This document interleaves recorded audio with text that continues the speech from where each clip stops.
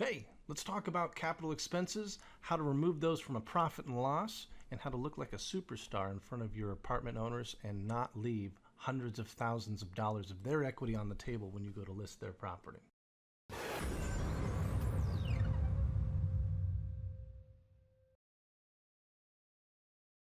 So when you're valuing a piece of property, specifically apartments, I've seen the same mistake over and over again with new agents evaluating those pieces of property. And the problem is they look at a profit and loss for the last 12 months. They take the net income that the profit and loss tells them, and they'll value the property based on that. They won't do any work to the profit and loss. And the problem is, usually we've left what's called capital expenses in the profit and loss. Those are just part of the expenses that year. Now, the problem is I'm not replacing a roof every single year. So that cost should not be in there. That should be removed. I'm not resealing the parking lot every single year. I'm not replacing the AC units for all of my units every single year. I'm not upgrading the landscaping every single year. There's lots of examples, but these are big ticket items that are not annual expenses. And instead of using those as expenses, you need to pull those out.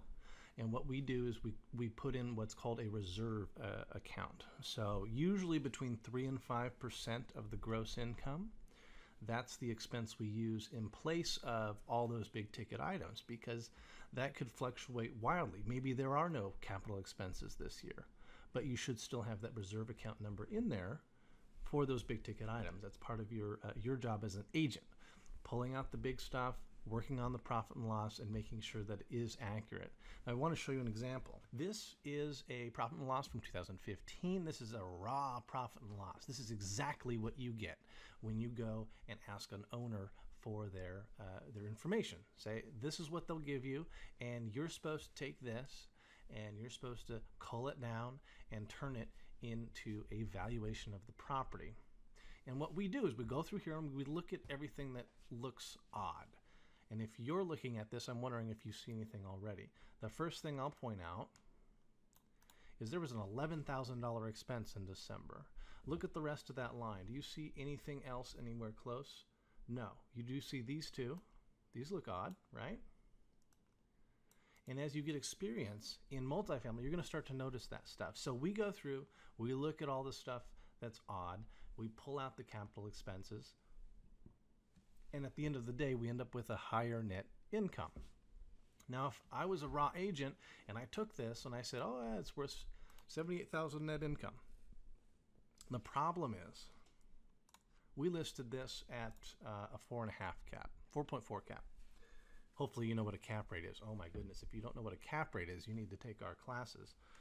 But we listed that at a 4.4 cap, $78,000 in net income. What does that equal? Well, that means it would be worth $1.774 million. That's not bad, right? That's a 16 unit in San Rafael, down there in SoCal. The problem is, if I were to do that, if that was me as an agent, I would have just cost my owner $600,000 in equity. Let that sink in. You just cost your owner over $500,000. And if you don't think that they will come after you if they find out that happened, I think you're sorely mistaken. Here's what happens. We got to it. This is after we reviewed it. This is just by hand, right? We just go through and we highlight anything weird. Here's some question marks. And you just ask the owner, what happened? What's that expense? What's this expense? And what you end up with is something that looks like this, okay? You see a couple months there, we were able to adjust everything, change it up. Now, instead of $78,000 in net income, we ended up with over $100,000. And what do you think that did to the value of the property, right? Let me show you. So at the same cap rate, 104, and a 4.4 cap rate, that means we were able to list it at $2.35 million is where we listed it. We actually sold it at 2.2, okay?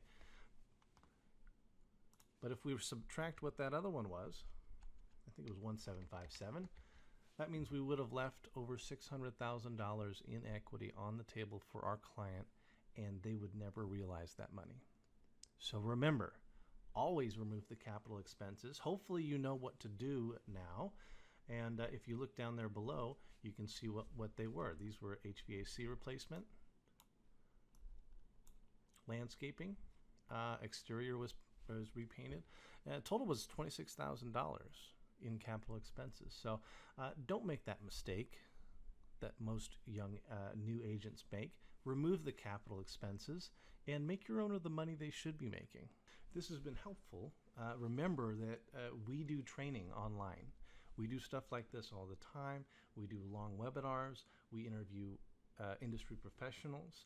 We have coaching and we have office hours. We have a library of classes that we teach that's growing every day. Group of young, educated people looking to learn more commercial real estate. If you want to do that, go ahead and go to our website, take a look, see if you can sign up, and we'll see you in there.